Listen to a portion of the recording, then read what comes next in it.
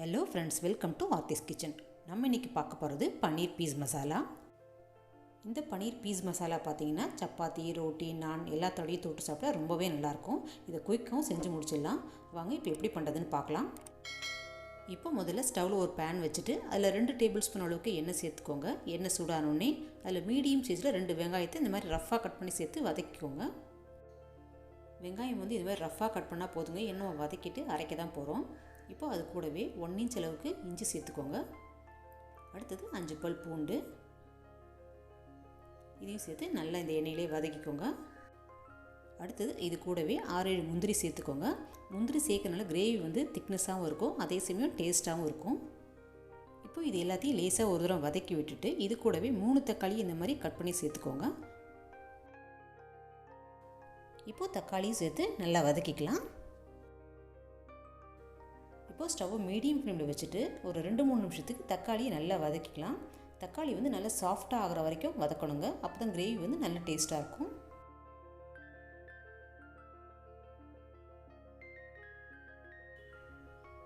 இப்போ தக்காளி நல்லா வதங்கிடுச்சு. இந்த அளவு வதங்கினா போதும். இப்போ இதை ஆற வச்சுட்டு ஒரு மிக்ஸி ஜாரில் சேர்த்து நல்லா ஒரு ஃபைன் பேஸ்ட்டாக அரைச்சி எடுத்துகிட்டு வந்துடலாம். தண்ணியெலாம் எதுவுமே சேர்க்காமல் இதை அப்படியே அரைச்சி எடுத்துகிட்டு வந்துடலாம்.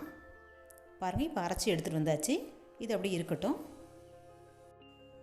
இப்போ நம்ம கிரேவி செய்ய ஆரம்பிச்சிடலாம். அதுக்கு ஸ்டவ்வில் ஒரு பேன் வச்சுட்டு அதில் 2 டேபிள் ஸ்பூன் எண்ணெய் சேர்த்துக்கோங்க. எண்ணெய் சூடானோடனே அதில் ஒரு பிரிஞ்சி இலை, சின்னதாக ஒரு துண்டு பட்டை, ஒரு ஏலக்காய், 1/2 டீஸ்பூன் ஜீரகம், இதெல்லாமும் சேர்த்து நல்லா ஃப்ரை பண்ணிக்கோங்க. ஸ்டவ்வை லோ ஃப்ளேமில் வச்சுட்டு ஜீரகம் கருகாமல் ஃப்ரை பண்ணிக்கோங்க. இப்போது ஜீரகம் நல்லா வாசனை வர வரைக்கும் வறுத்தாச்சு. இது கூடவே நம்ம ஆல்ரெடி அரைச்சி வச்சுருந்த மசாலா பேஸ்ட்டை சேர்த்துக்கலாம். அரைச்ச மசாலாவை சேர்த்ததுக்கு பிறகு காரத்துக்கு 1 டேபிள் ஸ்பூன் அளவுக்கு காஷ்மீரி சில்லி பவுடர் சேர்த்துக்கோங்க. இந்த காஷ்மீரி சில்லி பவுடர் அவ்வளோவா காரம் இருக்காது. அடுத்தது 1 டேபிள் ஸ்பூன் அளவுக்கு மல்லித்தூள், 1/2 டீஸ்பூன் கரம் மசாலா தூள், 1/4 டீஸ்பூன் ஜீரகத்தூள், 1/4 டீஸ்பூன் மஞ்சள் தூள், 1/2 டீஸ்பூன் உப்பு, இதெல்லாமும் சேர்த்து நல்லா மிக்ஸ் பண்ணிக்கோங்க. நீங்கள் நார்மல் சில்லி பவுடர் சேர்க்குறதா இருந்தால் 1/2 டேபிள் ஸ்பூன் அளவுக்கு சேர்த்துக்கோங்க. இப்போ இந்த மசாலா பவுடர் எல்லாமே நல்லா ஈவனாக மிக்ஸ் ஆகிற மாதிரி நல்லா இந்த எண்ணெயிலே நல்லா வதக்கி விட்டுக்கோங்க. ஸ்டவ்வை லோ ஃப்ளேமில் வச்சு நல்லா வதக்கிக்கோங்க. இந்த மாதிரி லோ ஃப்ளேமில் வச்சுட்டு நல்லா வதக்கி விடும்பொழுது மசாலாஸோட ரா ஸ்மெல்லாம் போயிட்டு ஓரத்தில் லேசாக எண்ணெய் பிரிஞ்சு வரும். பாருங்கள், ஓரத்தில் லேசாக எண்ணெய் பிரிஞ்சு வந்திருக்கு. இந்த ஸ்டேஜில் 1/2 கப் அளவுக்கு ஃப்ரெஷ்ஷான க்ரீன் பீஸ் சேர்த்துக்கலாம். சப்போஸ் நீங்கள் காய்ந்த பட்டாணி சேர்க்குறதா இருந்தால் அதை ஊற வச்சு வேக வச்சுட்டு தான் சேர்க்கணும். இது ஃப்ரெஷ் பீஸுங்கிறதுனால டைரெக்டாக சேர்த்துட்டேன். இப்போ இது எல்லாத்தையும் நல்லா ஒரு தடவை மிக்ஸ் பண்ணி விட்டுட்டு உங்களுக்கு கிரேவி எந்த அளவு திக்னஸ் வேணுமோ அந்த அளவுக்கு தண்ணி சேர்த்துக்கோங்க. நான் ஒரு 200 ml அளவு தண்ணி சேர்த்துருக்கேன். இதில்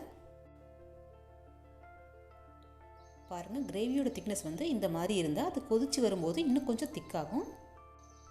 இப்போ ஒரு மூடி போட்டு மூடி மீடியம் ஃப்ளேமில் ஒரு 5 நிமிஷத்துக்கு வேக வச்சுக்கோங்க. இப்போ 5 நிமிஷம் ஆயிடுச்சு. ஓப்பன் பண்ணி பார்க்கலாம். பாருங்கள், ஓரத்தில் எண்ணெயெல்லாம் நல்லா பிரிஞ்சு வந்திருக்கு. இந்த ஸ்டேஜில் நம்ம பன்னீர் சேர்த்துக்கலாம். இந்த பன்னீர் ஒரு 100 கிராம் அளவு இருக்கும். இது ஹோம்மேட் பன்னீர், அதனால் ரொம்ப சாஃப்டாக இருக்கும்.